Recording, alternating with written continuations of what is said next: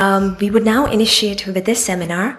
So I would request you all that all your spiritual questions, one by one, you'd be given a chance and you all can put forward your question and Sai would answer them. But as code of ethics, please, may I please request you all to switch off your mobiles.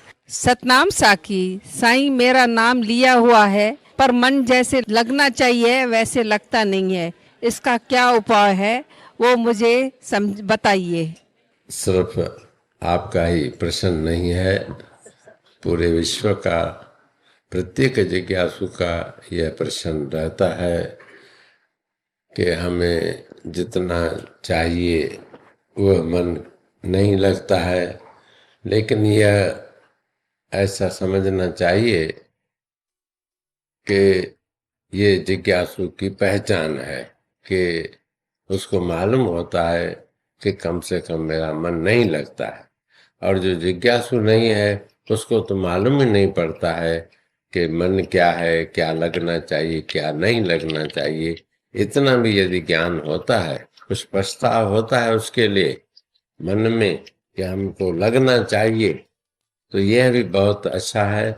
जो जिसका बिल्कुल नहीं इस तरफ ध्यान है उसकी दृष्टि से तो वह आगे ही बढ़ा हुआ है, और हिम्मत बांधनी चाहिए और करते रहना चाहिए। करते करते कभी न कभी अवश्य ही सफलता मिल जाएगी।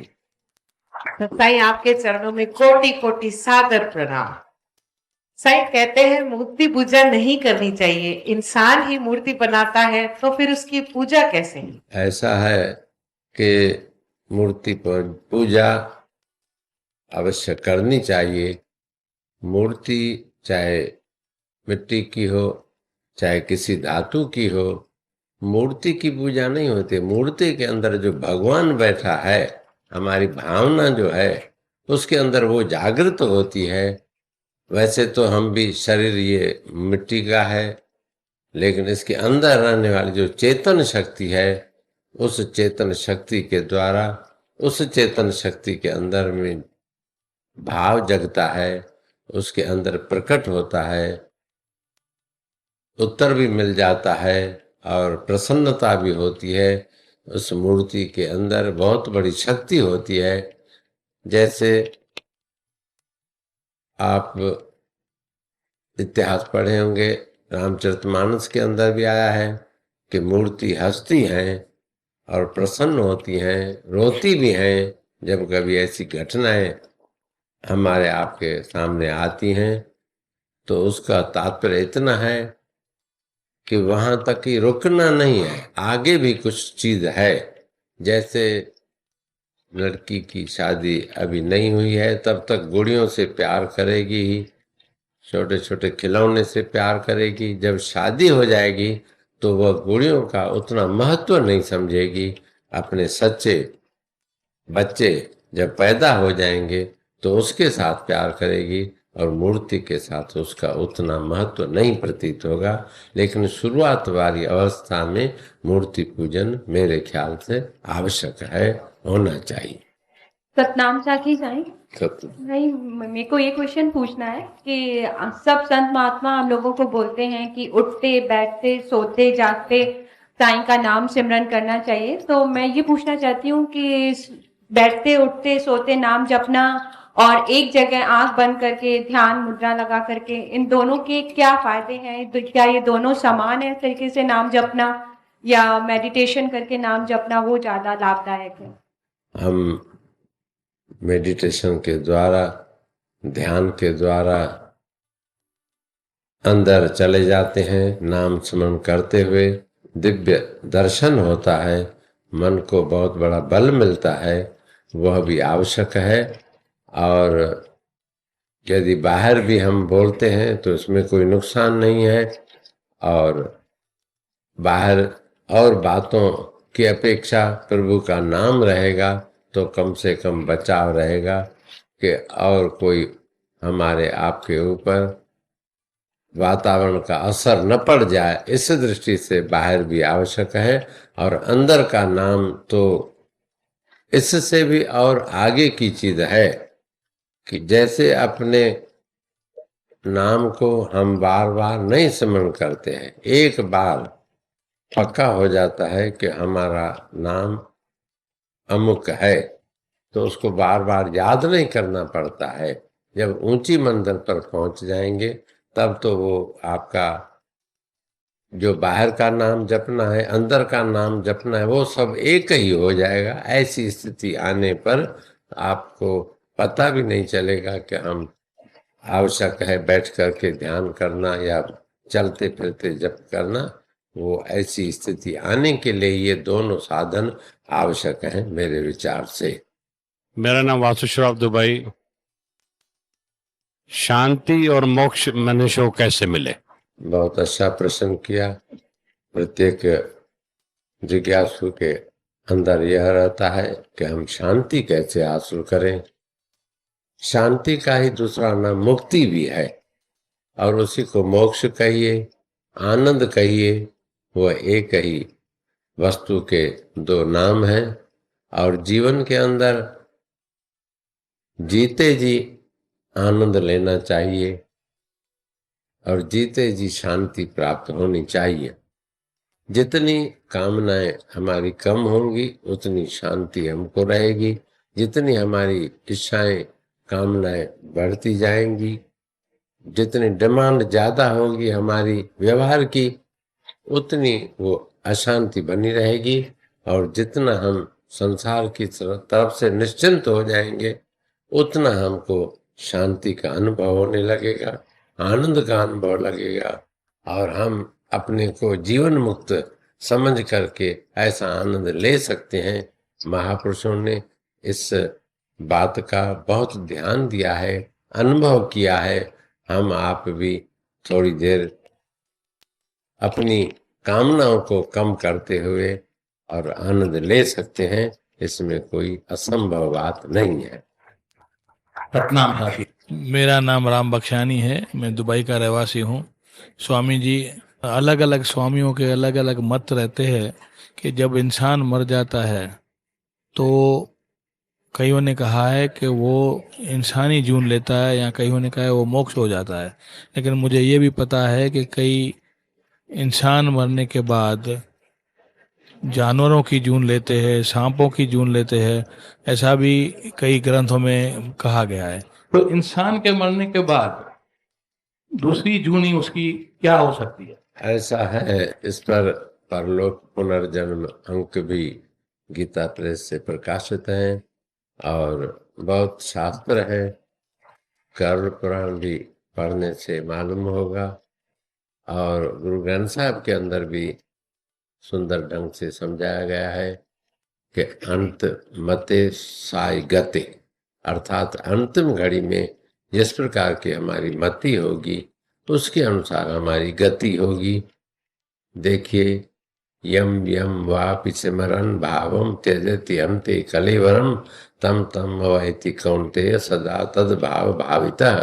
भगवद गीता के अंदर भी श्री कृष्ण भगवान अर्जुन को यही बात बतला रहे हैं कि जिस जिस भाव को लेकर के यह जीव शरीर को छोड़ता है उस स्वरूप को वह स्वीकार कर लेता है, उसको उसके अनुसार योनि मिलती है।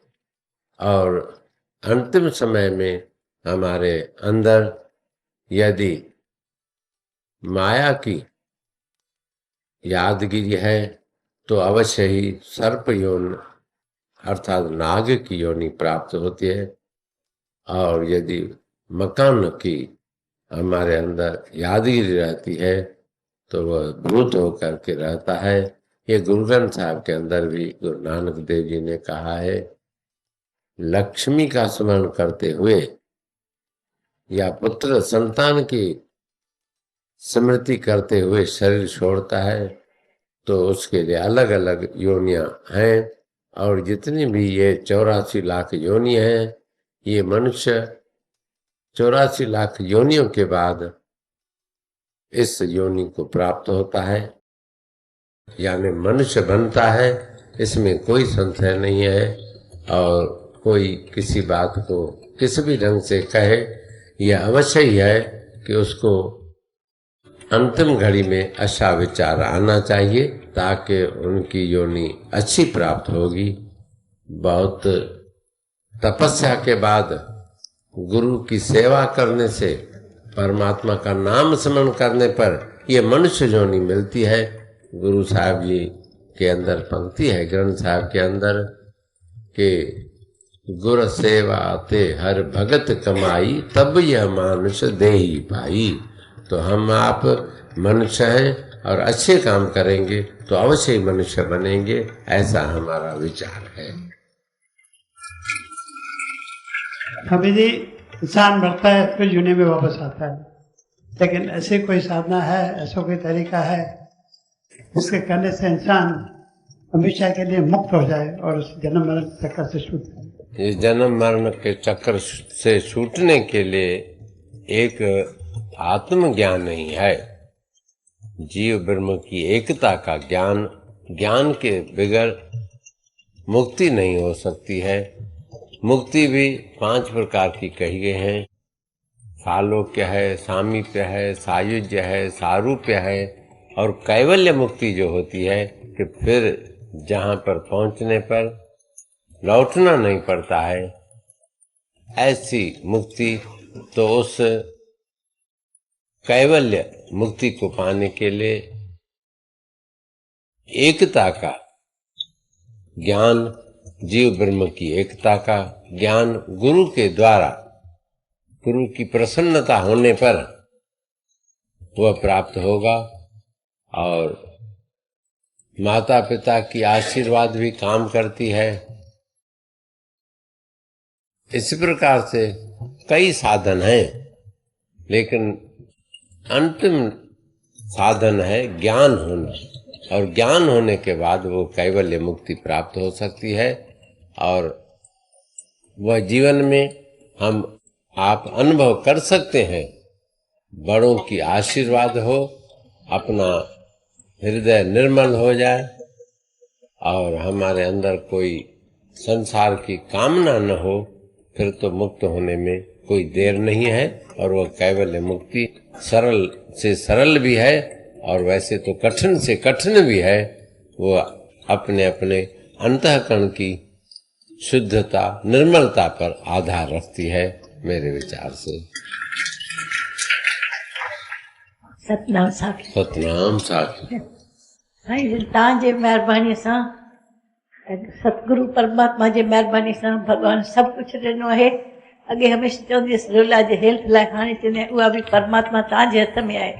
परमात्मा सभु कुझु ॾिनो आहे। आसीस कयो त बसि शांति रहूं ऐं परमात्मा में मन लॻो रहे। ऐं ॿियो मुंहिंजे दिलि में हर वक़्तु इहो ई रहंदो आहे त जेको असांखे दादा विक्योमल कमु सेखारियो हो, भई दुखियनि जी शेवा कर, ऐं उन जे लाइ मन तरसंदो आहे भई सॼो ॾींहुं कुझु न कुझु वेही कयां। कोई बि अधु राति जेको अचे त मां उन लाइ चङे कम लाइ भॼण ते दिलि थींदी आहे। वो आशीष कयो। बस वो तो आशीर्वाद, इस काम के करने के पीछे आशीर्वाद अपने आप हो जाती है, मांगने की जरूरत नहीं होती है। हाँ, इतनी बात है कि उसमें रुचि हमारी ज्यों की त्यों बनी रहे और कमती न हो जाए। बाकी तो ये काम बहुत सुंदर है।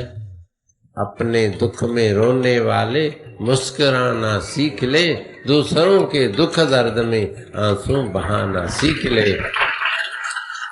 कर गरीबों का भला, बेनसीबों पर रहम, सेवा में भगवान है, दर्श पाना सीख ले। तो ऐसी भावना बहुत उत्तम भावना है, श्रेष्ठ भावना है। ये तो परमात्मा के साथ मिलने का एक सरल से सरल उपाय है कि अपने दुख को भूल जाए और दूसरे के दुख में दुखी हो जाए। वह मनुष्य है, वही इंसान है, वही परमात्मा के पास पहुंचने का अधिकारी है। वह ऐसा होना अति उत्तम कार्य है। और धन्यवाद है माता लुल्ला सूरीबाई को कि ऐसा प्रश्न किया, और बहुत प्रशंसनीय प्रश्न है। और संत महात्मा भी इस बात को चाहते हैं और वही आपके इस अक्षरों के द्वारा मालूम होता है कि आपके अंदर भी ऐसे सुंदर भाव हैं और बढ़ते रहें, यही प्रभु के आगे प्रार्थना। सतनाम साखी। जय श्री कृष्ण। साईं, मेरा मन बहुत उधर उधर दौड़ता है, कितना भी पकड़ती हूँ पकड़ में नहीं आता है।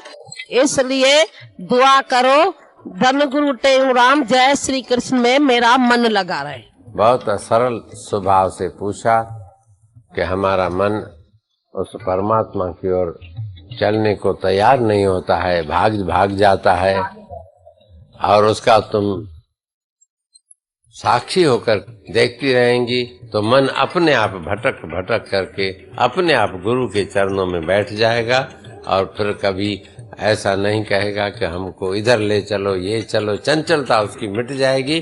गुरु के चरणों में बेच दो अपने मन को, अपना मन समझो ही नहीं तो आपको आनंद ही आनंद होगा।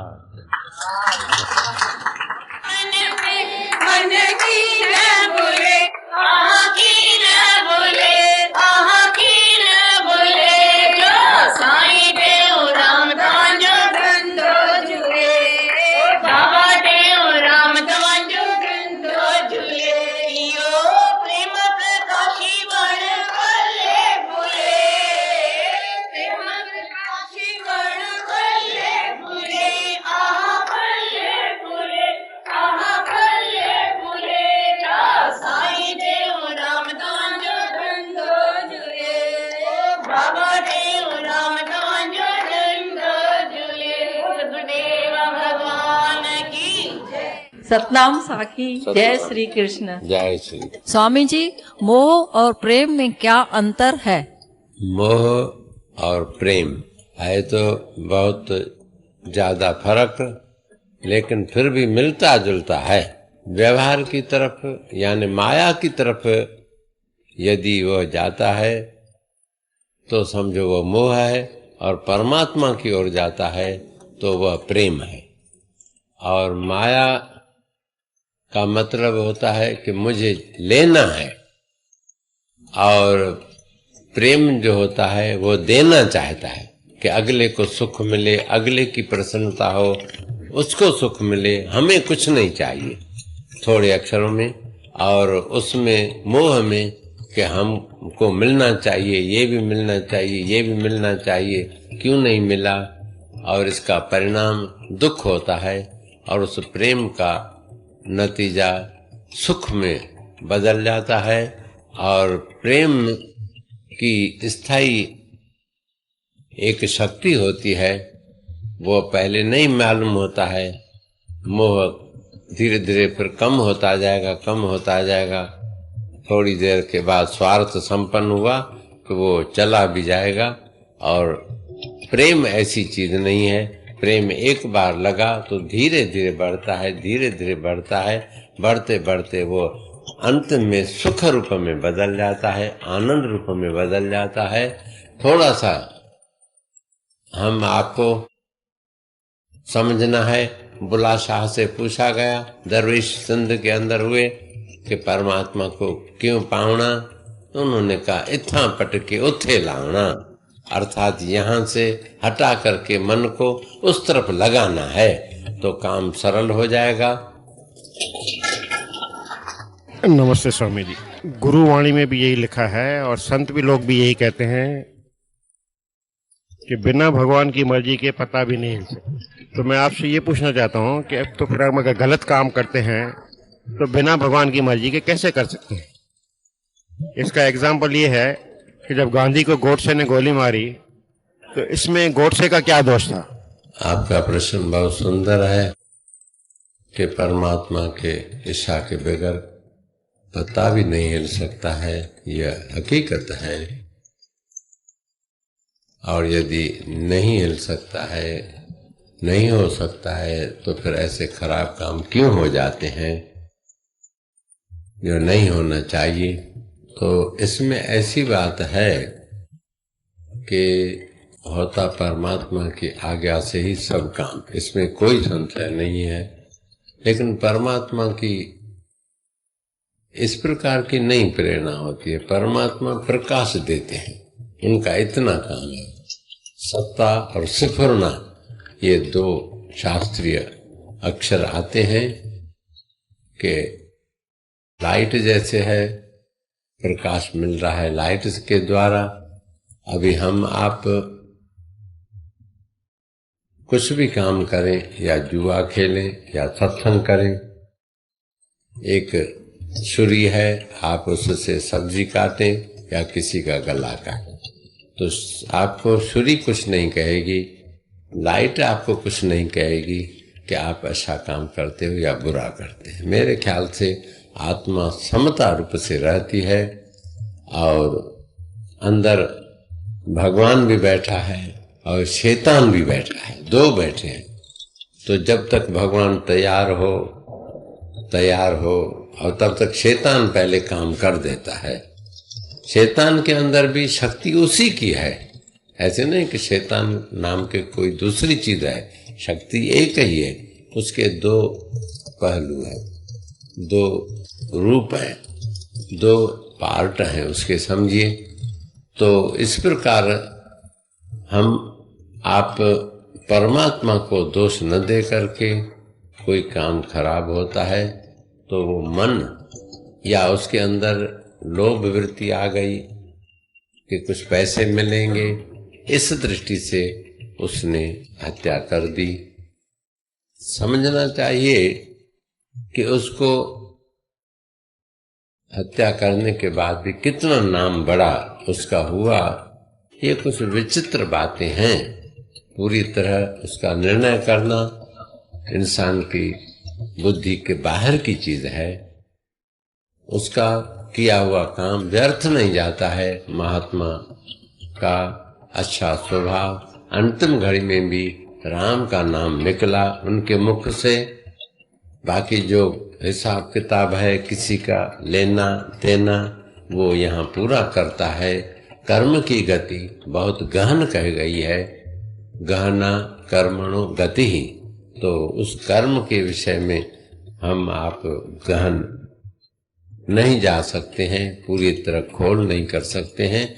बाकी इतना समझना है कि अच्छा काम का नतीजा आखिर अच्छा ही होता है और बुरे काम का नतीजा आखिर बुरा ही होता है। उसने काम ऐसा घृणित काम किया गोडसे ने, अभी भी वह निंदित है, और महात्मा का अच्छा जीवन था तो उसका नाम अभी भी जीवित है।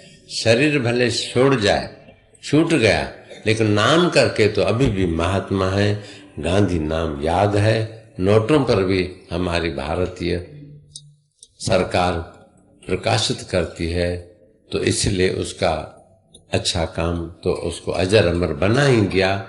बाकी कर्मों के अनुसार जिसका उसने गोडसे ने किया उसका कर्म वो जाने।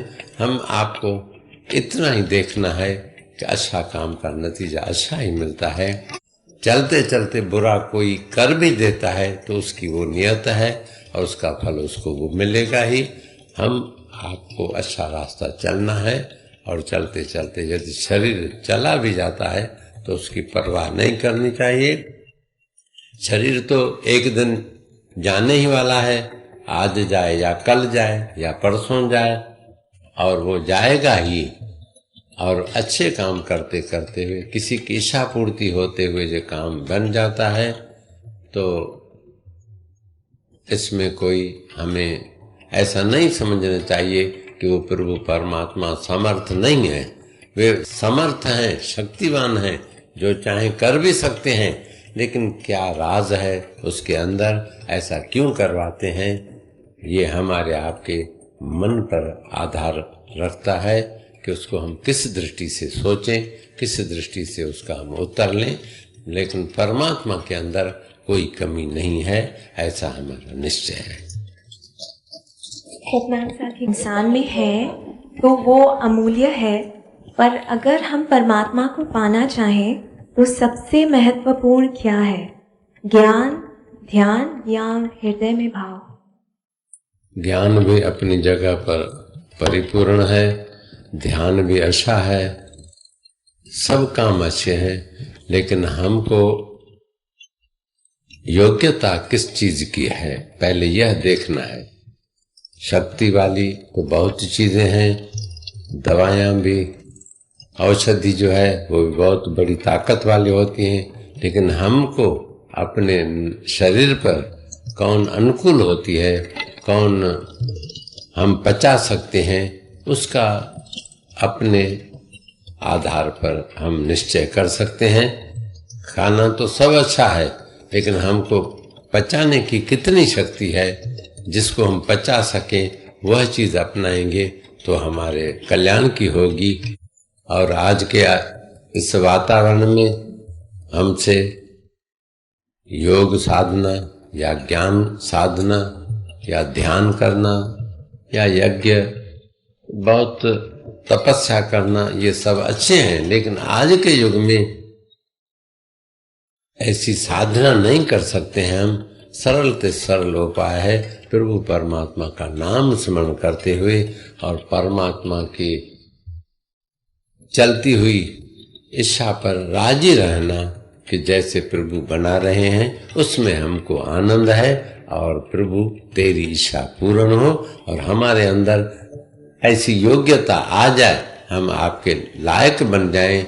आप ज्ञान दे, ध्यान दे या कोई भी दे, वो आपकी मर्जी पर है। मेरे विचार से हम आप प्रभु से इतना मांगे तो हमारा कल्याण हो जाएगा। प्रणाम स्वामी जी, मेरा नाम अशोक सावलानी है, मैं दुबई का रहवासी हूँ। मेरा प्रश्न ये है कि हमारे सनातन धर्म की, हमारे धर्म की का अर्थ, उसकी परिभाषा क्या है? क्या यही है कि हम सिर्फ मंदिरों में जाएं, घंटियां बजाएं और तीर्थ यात्राओं में जाएं, बल्कि उल्टे काम करें, या ये कि अच्छे काम करें और प्रभु को याद करें? यह सिर्फ आपका ही नहीं, सभी का ऐसा प्रश्न होता ही है। ये पाठ, पूजा, नेम टेम यह भी जरूरी है, लेकिन ऐसा है पहले जो हमारा कर्तव्य है पहले उसको देखना जरूरी है। समय का अति कदर करना कोई ये न कुसंग में, जो बचे व्यवहार से सो सफल कर सत्संग में।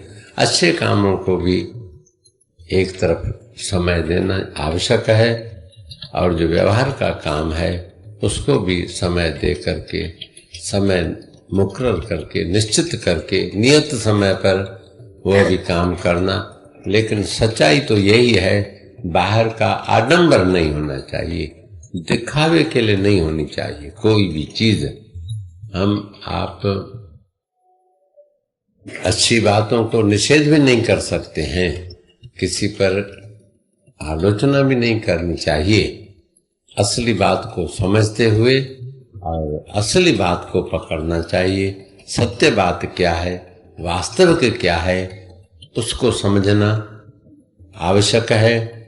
तो हमारा आपका सत्य सनातन धर्म ये हमको असली बात ढूंढने के लिए कह रहा है, और जब तक हम असली चीज को नहीं पहुंच पाते हैं तब तक ये नकली चीजें भी थोड़ी देर के लिए शांति प्रदान करती हैं। तो उसको लेते हुए असली बात को, पूरी तरह सत्यता को ढूंढना आवश्यक है। और एक बार वो सत्य चीज आ गई हमारे हाथ में तो इस चीजों का कोई उतना महत्व नहीं प्रतीत होगा जितना हम पहले महत्व देते थे। ऐसा है कि मुख में राम और बगल में छुरी, ऐसे नहीं होना चाहिए।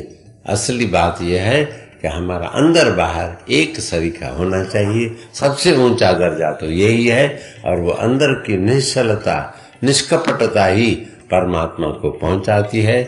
रामचरितमानस के अंदर गोस्वामी तुलसीदास जी ने भी कहा है कि देखो आप, हम सभी जो कुछ भी कार्य करते हैं परमात्मा का स्मरण करते हुए करेंगे और मन को साफ रखेंगे।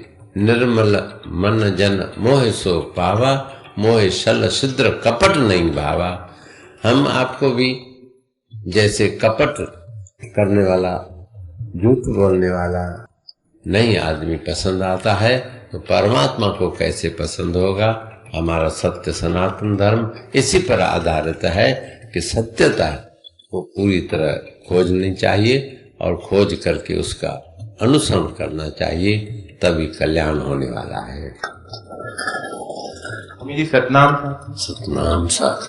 स्वामी जी मेरा प्रश्न है, हमें ऐसा क्या करना चाहिए जिससे हमें क्रोध नहीं है और हमारे अंदर प्रीत और नम्रता बढ़ती जाए? आपने इन सब में प्रीत नम्रता भरी है। सवाल है सर कि आप में इतनी निम्रता और प्रियपन कैसे आ गया है, वो मैं कैसे हासिल करूं? उनको चाहिए तो वो बोले, आपको चाहिए तो आप बोलिए। तो उनके प्रश्न का आपने स्पष्टीकरण किया, बहुत अच्छी बात है। और एक जैसे नौकर सेठ के पास आया और धीरे धीरे उसका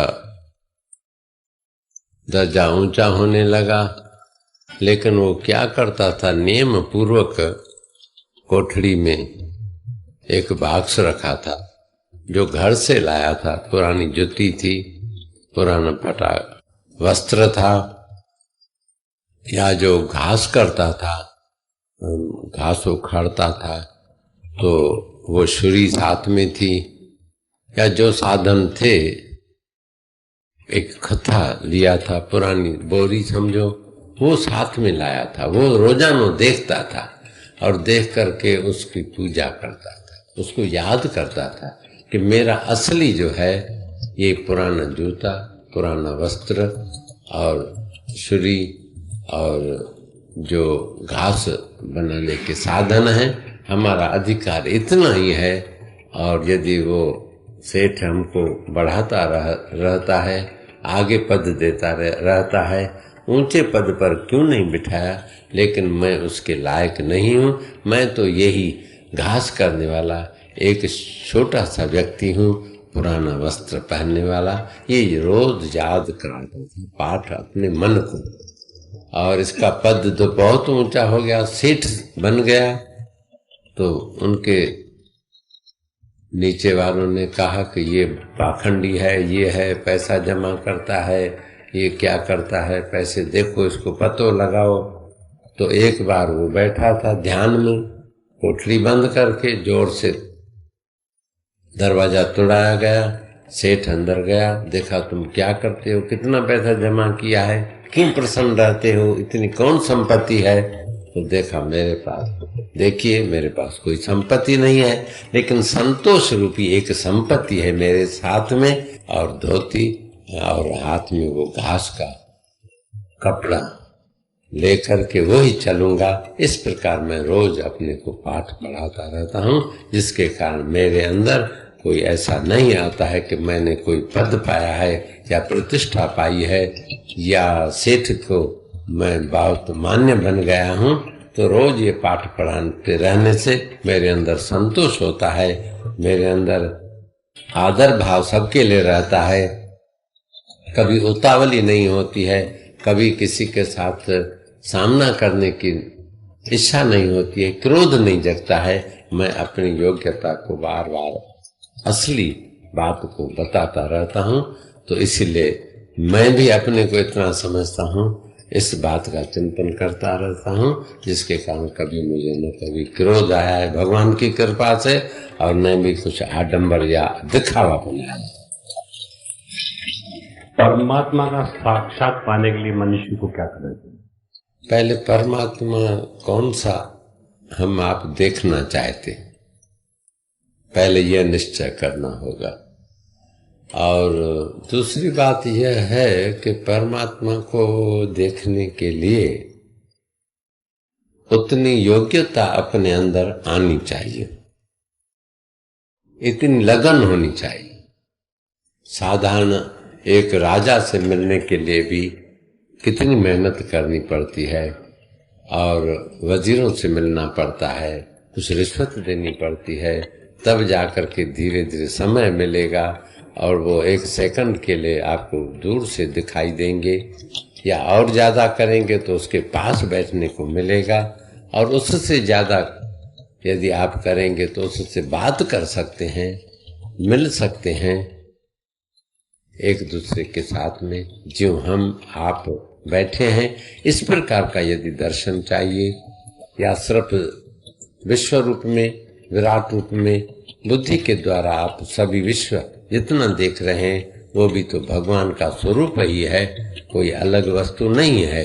इस प्रकार से हम आप यदि साक्षात वो देखना चाहते हैं और असली उसका रूप देखना चाहते हैं, जो सदा आनंद रूप है, सदा शांत स्वरूप है और सदा निर्लेप रहता है, इस प्रकार का यदि हम जो शास्त्रों में वर्णन आता है उस प्रकार का दर्शन करना चाहते हैं तो उतनी हमारे पास लगन की आवश्यकता है। लगन भी अगन सरी की होनी चाहिए। हम आप रामकृष्ण परमहंस का दृष्टांत सुने होंगे जरूर कि शिष्य आया, विवेकानंद जैसे आया। पहले वो नास्तिक था, लेकिन वो कहा कि मुझे दर्शन कराओगे, तो रामकृष्ण जी ने कहा दर्शन तो होगा ही, करना किसको है? बोला कि मुझे करना है, तो बैठो। उसको बिठाया और समाधि लग गई उसकी और उसको दर्शन हो गया। एक बार दूसरा भक्त आया, उसने कहा कि मुझे भी दर्शन कराओ। वो योग्य था, उसको दर्शन उस समय हो गया। बिठा करके अपने पावर से, अपनी शक्ति से, शक्तिपात के द्वारा दर्शन करा दिया। ऐसा महापुरुष रामकृष्ण परमहंस देवी की पूजा करता था, पहुंचा हुआ था, सिद्ध पुरुष था। और देखा कि दूसरा आया है, उसको बोला कि चलो नदी किनारे चलते हैं। नदी में ले गए, बोला डुबकी लगाओ, उसने भी डुबकी लगाई। फिर इसने लगाई, रामकृष्ण ने बोला कि और डुबकी लगाओ। जितनी देर कोई अंदर बैठ सकेगा उसको धन्यवाद मिलेगी, उसको भगवान का दर्शन होगा। तो थोड़ी देर वो बैठा भक्त, थोड़ी देर स्वामी रामकृष्ण बैठे। कहा कि नहीं, जो बहुत देर से निकलेगा उसको जल्दी दर्शन होगा। तो एक भक्त बड़ा प्यासी था, वो डुबकी लगा बैठ गया थोड़ी देर ज्यादा। रामकृष्ण उसके ऊपर बैठ गए। तो उसको आया कि ये हमारा गुरु है, कैसा है, ये तो मारने आया है हमको। उठा के उसको पटक दिया, गिरा दिया। काहे का तुम गुरु हमारे प्राण ले रहे हो? बोला कि देखो, ये प्राण तुमको जितने प्यारे हैं, इससे भी यदि अधिक आपको प्रिय परमात्मा लगेगा तो आपको जल्दी दर्शन होगा। प्राण प्यारे लगे तो गुरु को भी नहीं देखा, उठा के पटक दिया। इसी प्रकार सारे संसार को छोड़ना पड़ेगा। प्रभु परमात्मा को प्यारा यदि चाहते हो कि हम प्यारा लगें और परमात्मा जल्दी दर्शन दे, तो उसके लिए फिर व्याकुलता उतनी होनी चाहिए जिसके सिवा हमको कुछ अच्छा नहीं लगे।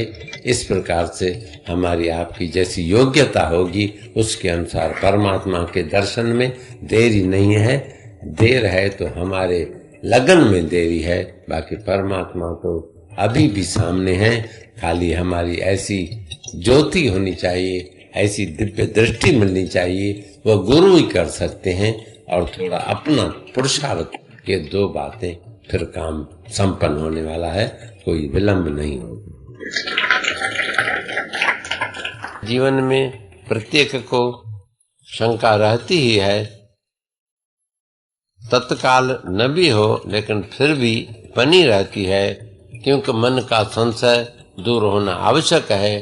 ये दुविधा रहती है मन में कि ये ठीक है, ये ठीक है, यह करूं या नहीं करूं, क्या करूं क्या नहीं करूं। इस दुविधा में मनुष्य फंस जाता है, कर्तव्यच्युत हो जाता है। अतः मनुष्य को सावधानी से इसका समाधान हो सके तो अपने आप को ही अपने चिंतन के द्वारा उसका समाधान मिल जाएगा। शांत में, एकांत में बैठेंगे, धीरे रख करके अपने आत्मा ही हम आपको उसका उत्तर देंगे, या गुरुदेव आकर के दे सकते हैं, या कोई ऐसी घटना घटेगी कि आपको उससे सबक मिल जाएगा, आपका समाधान हो जाएगा। ये परमात्मा साक्षी सबके अंदर में वही एक ही है, विराजमान है। कोई हमारे अंदर विशेष हो और आपके अंदर सामान्य हो, ऐसी बात नहीं है। सब घट मेरा साइया सुनी सेजन कोय, बलहारी वा घट पर जा घट प्रगट होए। जिसके अंदर प्रगट हो करके वो प्रत्यक्ष दर्शन देते हैं, और जिसके अंदर अपनत्व तो कुछ नहीं है कि मैं कुछ हूं, ऐसा अहंकार नहीं है, और जिसके अंदर किसी भी सांसारिक वस्तु की आसक्ति नहीं है, हम आप भी अनुभव कर सकते हैं जब हमारे अंदर अहंकार और आसक्ति मिट गई, फिर वो खुद खुदा भगवान ही आपके अंदर बैठ करके उसका समाधान देगा, समाधान करेगा और शांति का, आनंद का अनुभव अपने आप होगा। गोविंद के गुण गाना गाना, गोविंद के ओ जीवन सफल बनाना, वारी जावा मैं वारी जा बनाना बनाना बनाना बनाना, गोविंद के गुण गाना गाना, गोविंद के गुण गाना गाना। गुरु महाराज भगवान के गुण गाने को कहते हैं।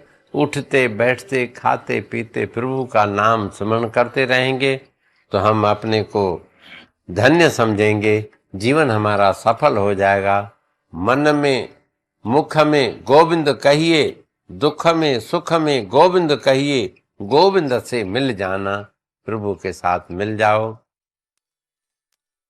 मोदसी वायस बालकों के हंसना नित खेलना, रंग और रूप में है समता, समता में कहूँ भूल न जाना, है प्रेम की सीख यही, अपने कुल में नहीं दाग लगाना, बोली न उनकी बोलना और खाना न उनका तुम खाना। ये कोयल अपने बच्चों को बतला रही है कि बायस के माने कौए के बच्चों के साथ खेलो हंसो, हम भी जहां पर भी जिसके साथ भी खेलें कोई फर्क नहीं है, लेकिन उसकी छाप हमारे ऊपर नहीं चढ़ जानी चाहिए कि हम उसका खाना खाएं और उसके अनुसार बोली बोलना शुरू करें। इसका थोड़ा ध्यान रखना आवश्यक है। कहे त्यों नित गोविंद कहिए, गोविंद कारण सब कुछ सहिए, गोविंद माह समाना, मैं वारी जावा जीवन सफल बनाना। कुछ भी सहे सहन करें, लेकिन वो भगवान का प्रसाद समझ करके सहन करें कि अमुक आदमी हमको दुख दे रहा है, ऐसा नहीं। दुख हमारे कर्मों का ही है, जो हमने कर्म किए हैं उसके अनुसार दुख मिल रहा है। अच्छे काम किए हैं उसका परिणाम सुख मिल रहा है। किसी का दोष नहीं है, कोई न किसी का सज्जन है न कोई किसी का दुश्मन है।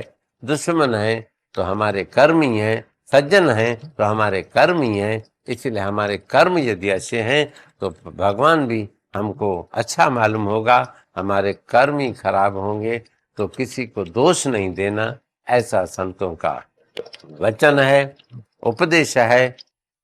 थोड़े अक्षरों के अंदर हम आपको जो चाहिए वो दूसरों के साथ में आचरण करो। हमको चाहिए अच्छा आदमी तो हम पहले अच्छा बने। हमको चाहिए कि सभी माने तो पहले दूसरों को मानना पड़ेगा। ये संसार गुंबद जो गाडो आहे तुंहिंजो ई पराडो आहे, कंहिंखे चवंदे जीव त अगलो बि चवंदो जीव, जे तूं चवंदे कंहिंखे फोट त अगलो बि चवंदो फोट। बाबा ये सिंधी में कहावत है। इसी प्रकार हम जगत को जिस भी रूप में देखना चाहते हैं पहले अपनी दृष्टि वैसी बनानी पड़ेगी, उसके अनुसार पूरा विश्व आपके साथ चलेगा। साथ में बोल गुरुदेव भगवान की जय। Well, I'm sure the enlightening answers of Sadhguru Maharaj have not only dispelled all our spiritual doubts and myths, but have made us all drink the nectar of love of Lord. We're indeed very grateful to Sadhguru Maharaj. I would also like to thank Mr. Vashu Shroff, Mr. Gopal Shroff, Mr. Ram Bakshani, Mr. Nari Savlani, Mr. Ashok Savlani, Mr. Ashok Chandnani, Dr. Gurnani, Mrs. Vandana, Mr. Purushottam, and Mr. Vijay for devoting their precious time for this spiritual meeting. Last but not the least, I'd especially like to thank the Prem Prakash Darbar of Dubai for their wholehearted participation and cooperation. This event, this seminar cannot be ended without thanking two very crucial people, and that's Manu Bhaiya and Rama Didi. Without whom this event would have definitely not been such a great success. So thank you all, and may I please request you all to take Prashad. Satnam Sakhi. Sakhi.